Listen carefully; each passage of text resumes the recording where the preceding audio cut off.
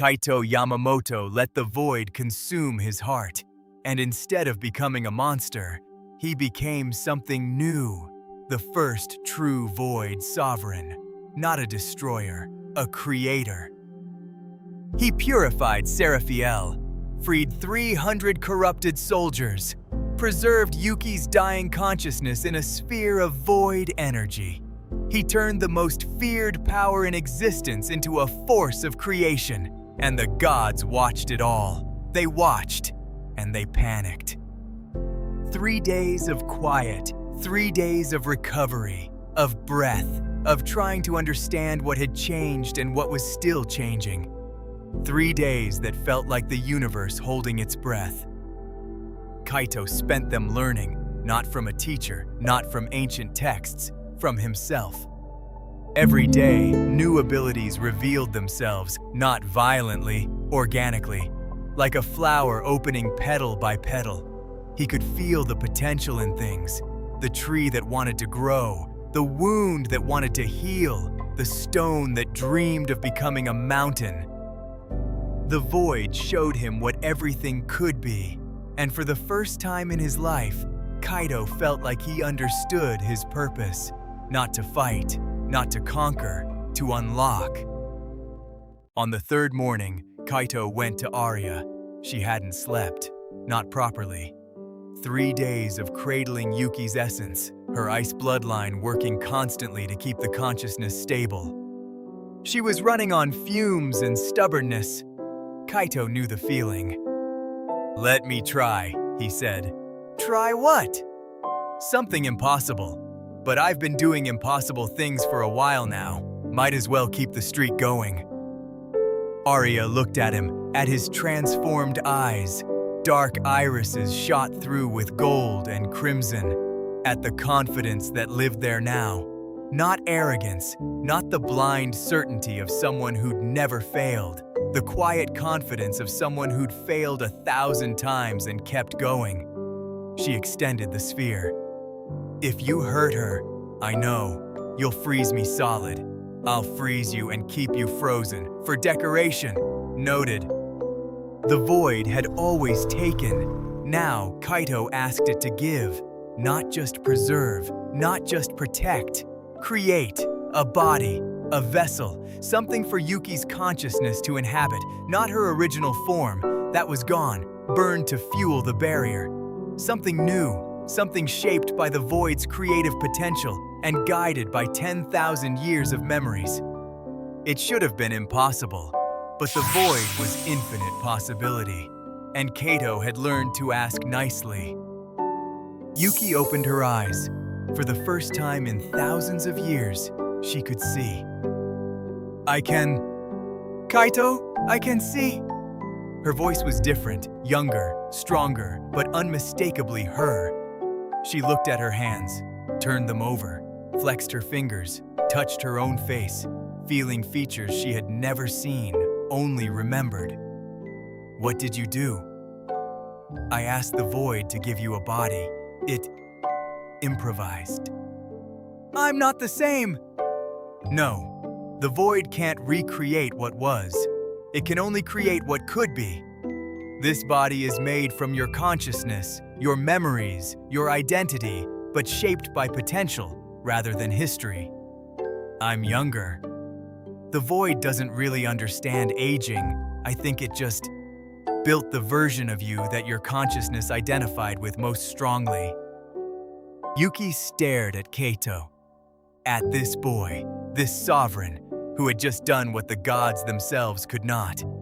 Created life from nothing but memory and will.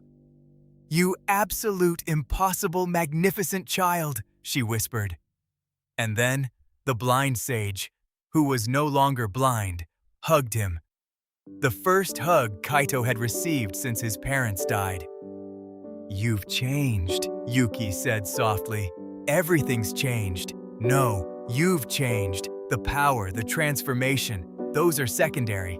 What's changed is here." She touched his chest. "You've stopped fighting yourself. Stopped carrying every burden alone. Stopped believing you need to earn the right to exist." "Master Yuki!" "Just Yuki," I think we've moved past formalities, don't you? She looked at Arya, at Ren, at the world she could finally see. Now, someone tell me everything I've missed in the last 3 days, and someone please explain why the divine realm feels like it's about to implode. While miracles unfolded around him, Ren Takahashi sat with his silence. His divine blessing was gone, burned out in 4 minutes of defiance against a corrupted god. The power he had been born with, the power that had made him special, that had made him arrogant, that had made him cruel. Gone. And without it, who was he? I can't feel it anymore, Ren said. The blessing, it's just gone. I know. You could probably fix it, like you fixed Yuki. You could reach into the void and pull out some new power for me. Make me strong again. I could, but you won't. No. Ren laughed, bitter, exhausted, but not angry. Because I need to earn it. Because you need to choose it. There's a difference. Your father's philosophy. My philosophy, earned, not given. You lived your whole life on the given side.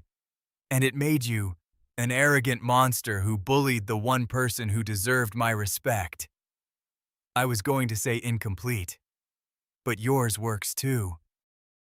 Ren took his hand, gripped it, not the grip of a prodigy, not the grip of a divine-blessed heir, the grip of a 17-year-old boy who had finally lost everything that made him feel special and was about to discover what actually made him strong. Some people find themselves only after losing everything they thought they were.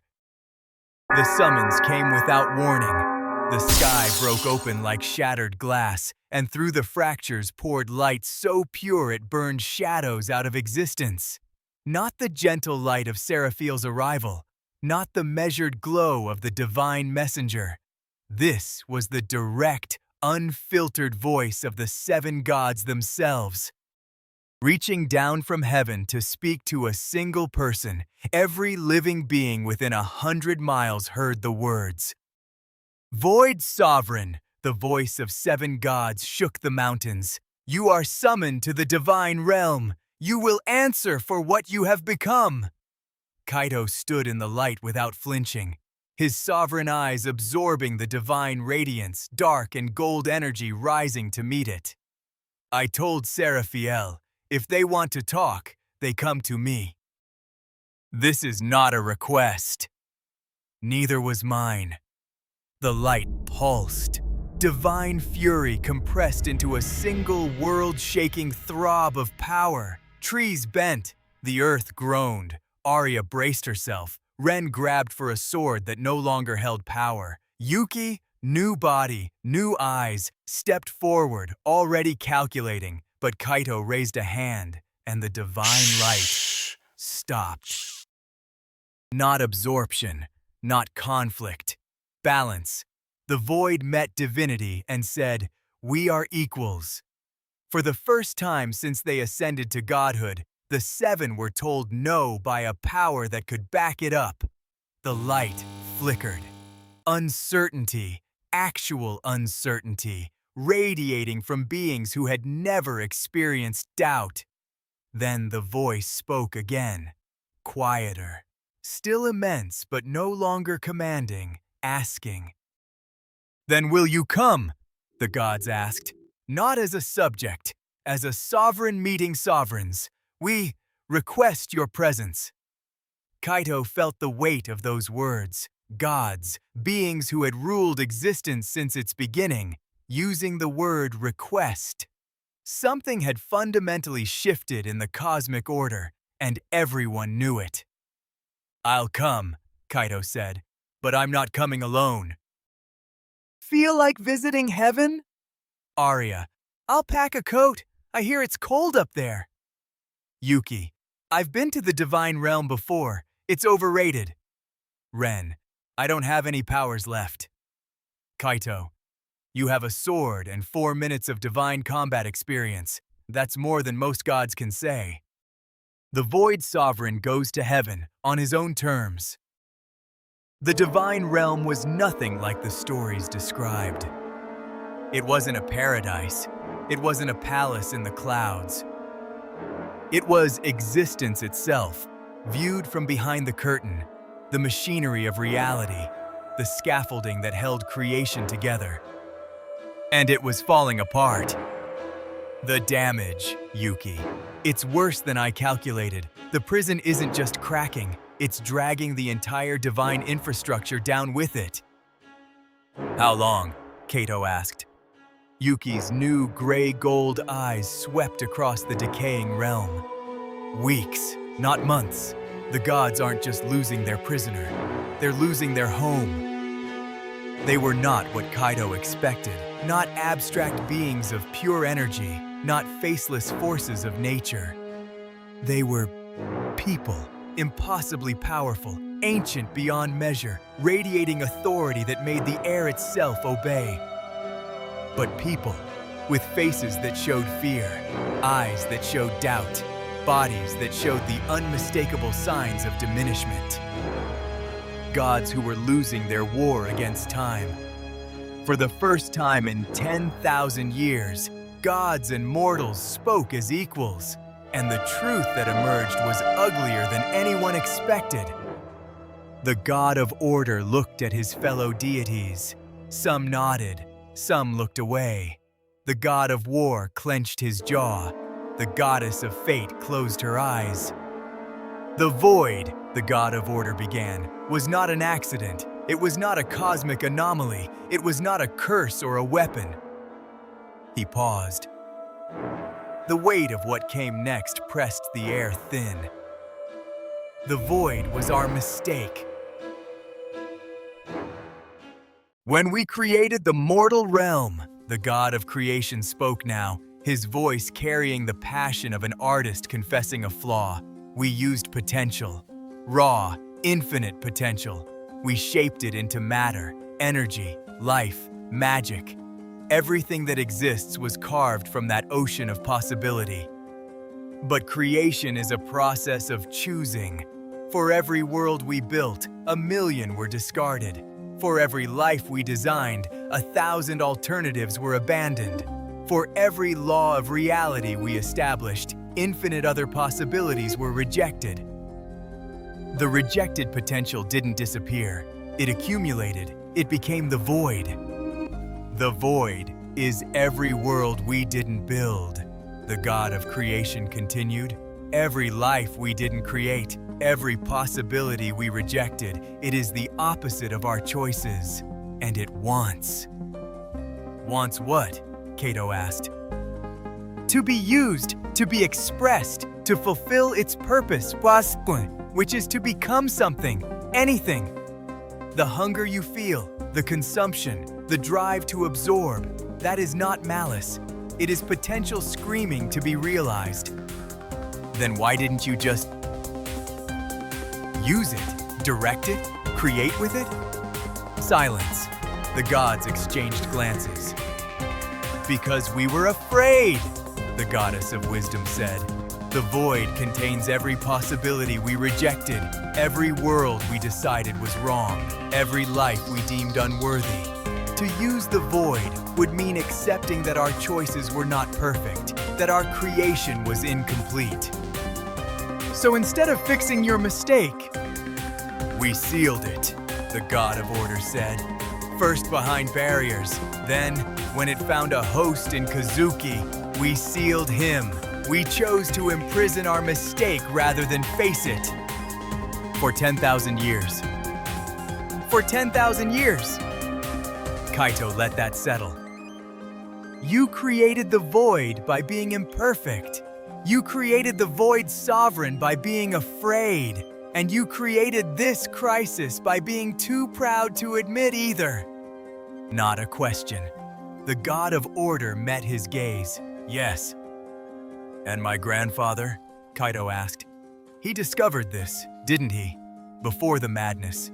He found out what the void truly was. He did, the goddess of fate confirmed. Kazuki was brilliant. perhaps the most brilliant mortal who ever lived. He understood the void's nature before we were willing to admit it ourselves.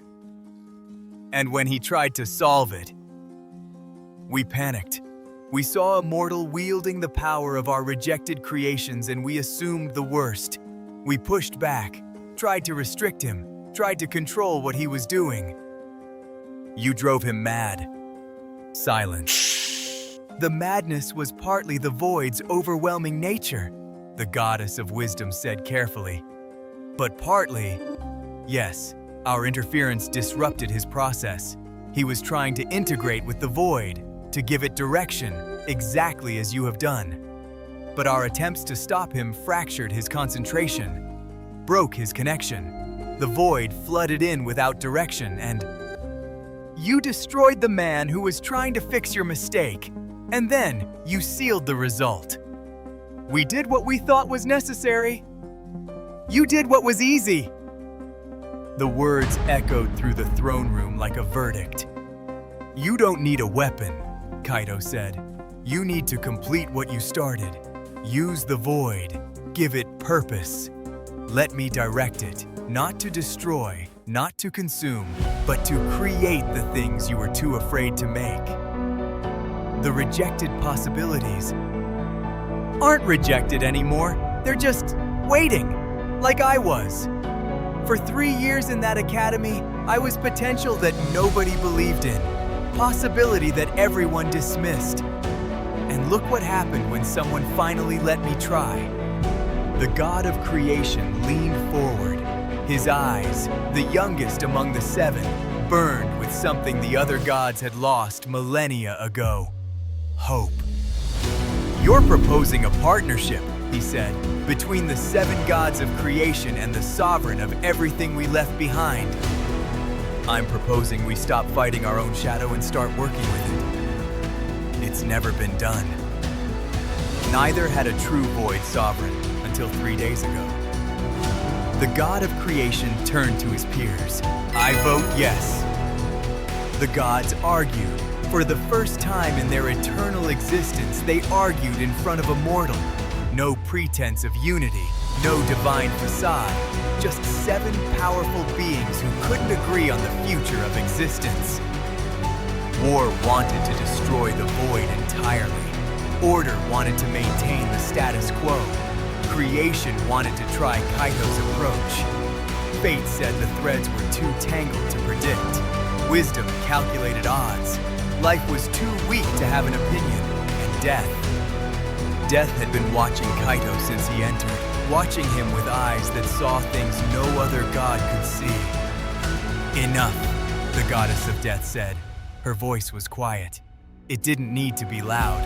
Death never did. Every god fell silent. I have watched this boy since his awakening, Death said. I watch all mortals. It is my nature, and I will tell you what none of you, in your panic and your pride, have noticed.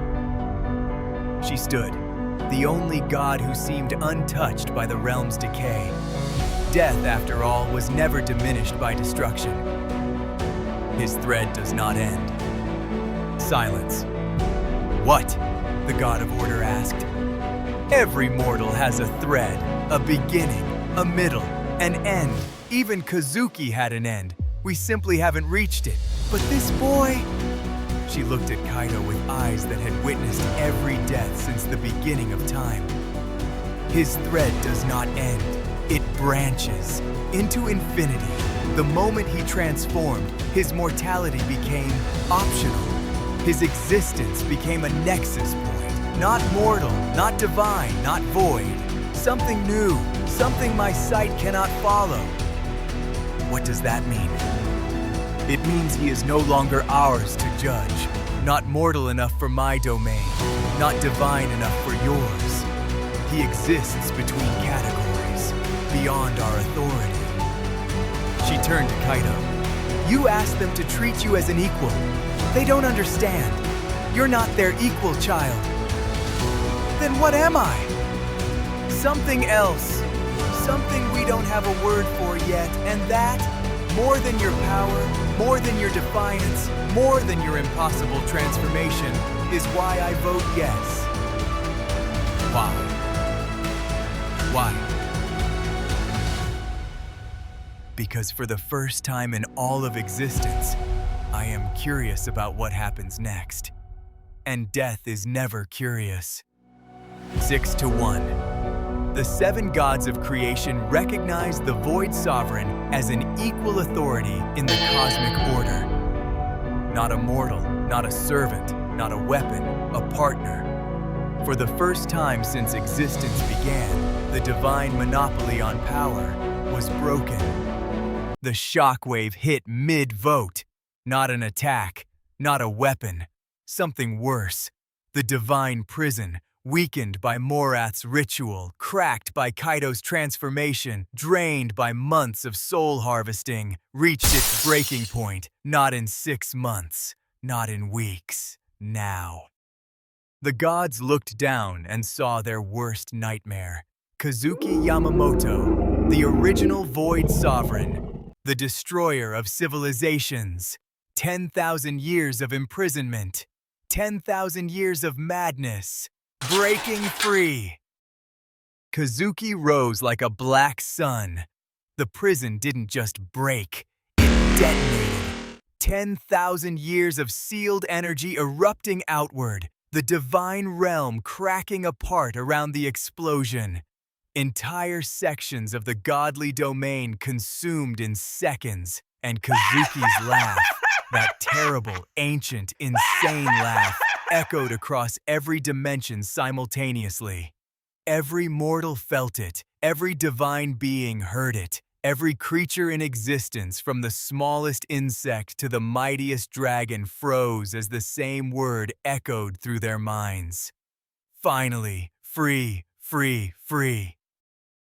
The seven gods attacked with everything they had. Combined divine power that had once sealed Kazuki away. The full force of 7 cosmic beings, united in desperation. It hit the pillar of darkness and vanished, like a raindrop hitting the ocean. Kazuki wasn't just free, he was beyond them now. 10,000 years of absorbing divine energy through the prison's cracks. 10,000 years of growing while they diminished. The power differential had reversed completely. The gods who had once sealed him could no longer touch him.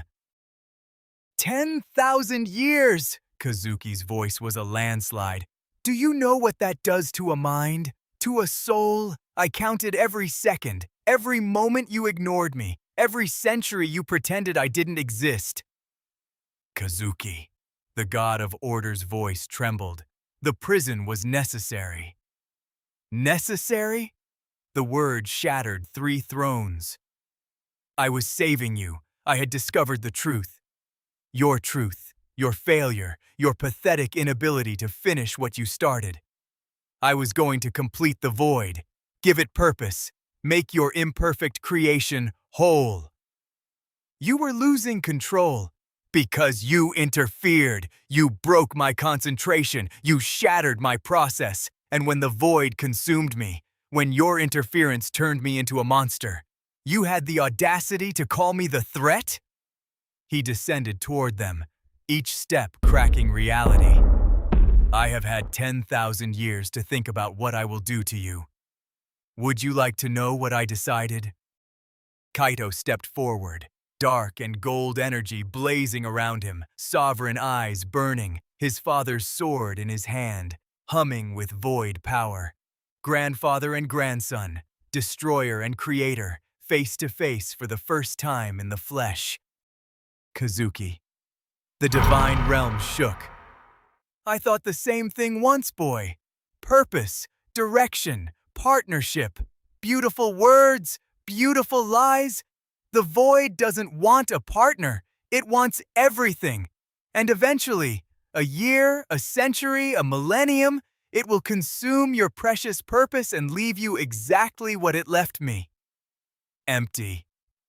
Empty, hungry, insane, and powerful beyond anything these pathetic gods can comprehend. You're wrong. I'm 10,000 years old. I have been the void longer than these gods have been afraid. Do not lecture me about what I am. I'm not lecturing you about what you are. Kaito raised his sword.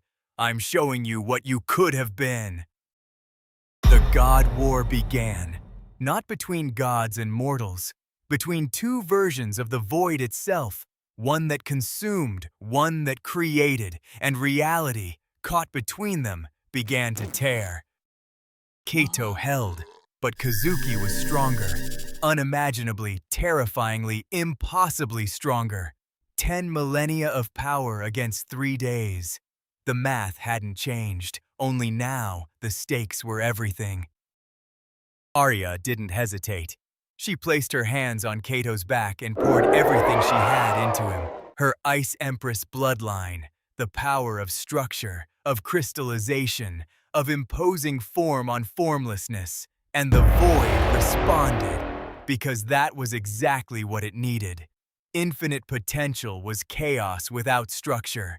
The void was an ocean without shores. And Arya's ice, the power to create frameworks, patterns, boundaries, was the shore the ocean had been looking for.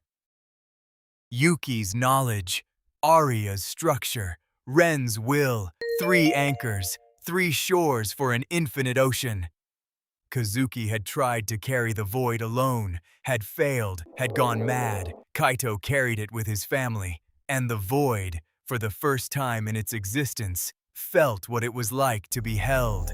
Not imprisoned, not sealed, not controlled, supported. And in that moment of perfect unity, 4 people channeling their everything through the lens of infinite potential, Kaito understood the final truth. The truth Kazuki had almost grasped before the madness. The truth the gods had been too afraid to see. The void was not a weapon, not a curse, not a mistake. It was a bridge between what is and what could be, between creation and potential, between gods and mortals, between the world as it was and the world as it should be. And bridges aren't wielded, they're crossed. You showed me what the void truly is, Kaito called through the storm of conflicting powers. You showed me because somewhere inside that madness, you still remember. You remember wanting to save the world. You remember love. You remember being human. Silence! Kazuki's madness roared. I am beyond human! I am the void itself! No, you're a man named Kazuki Yamamoto who made a terrible mistake and has been paying for it for 10,000 years, and I'm your grandson, and I'm asking you, Kaito extended his hand, to let me finish what you started. The bridge of creative void reached across the gap, reached toward the destroyer, offering not combat, not submission, connection. When the light faded, the divine realm was healed, not restored, completed. The cracks that had been spreading for months, for millennia, if anyone had been paying attention, were filled. Not with patches or seals, with the void itself. The rejected potential of creation, finally woven back into the fabric of existence. The gods stared at their realm, at a home they barely recognized, because for the first time, it was whole. The God War lasted less than an hour, not because one side won, because both sides stopped. The void, infinite potential, was no longer fighting creation. It was part of it, as it was always meant to be. Morath watched his world end, not through destruction, through healing. The one outcome he never prepared for, the one possibility he never considered. That the Void Sovereign wouldn't destroy the gods. He would complete them. And in that moment of absolute despair, the man who had murdered Kaito's parents, sacrificed thousands of innocent souls, and devoted his existence to oblivion, made one final desperate choice. Morath swallowed the concentrated essence of 10,000 years of madness, not to gain power, to become it. If the void could be healed, if the destroyer could be saved, then Morath would become what they refused to be, the last consuming void, the last hunger, the final oblivion. Morath's body ruptures, not transforms, tears apart and reforms, the concentrated insane void energy rewriting his existence. He grows, expands, becomes something that is no longer remotely human, a towering entity of pure, concentrated, purposeless destruction. Everything the void had been before Kaito changed it. The madness without the man, the hunger without the heart, pure oblivion. Everyone turns. Kaito, Kazuki, the gods, all of them sensing the new threat too late. And Morath, no, the oblivion, opens a mouth that is no longer a mouth and screams, a sound that erases, not damages, erases. Kaito did the impossible. He healed the void, saved his grandfather, completed creation itself, made the gods recognize their mistake and accept a mortal as their equal. He won the God War without throwing a single punch meant to kill. But Morath, the patient predator, the man who murdered Kaito's parents, refused to accept a world where destruction wasn't the answer. He consumed the concentrated essence of 10,000 years of insanity and became something worse than Kazuki ever was. Pure oblivion, the consuming void without a soul to restrain it, without a mind to reason with, without a heart to reach. How do you fight something that has no self to save? How do you heal something that is the wound? Part 8, The Final Oblivion, is the climax of this entire saga. Everything has been building to this. Subscribe, bell, now. This is it. Tell me in the comments, can Kaito defeat pure oblivion? Or has Morath become something even the creator void can't heal? See you at the end of the world.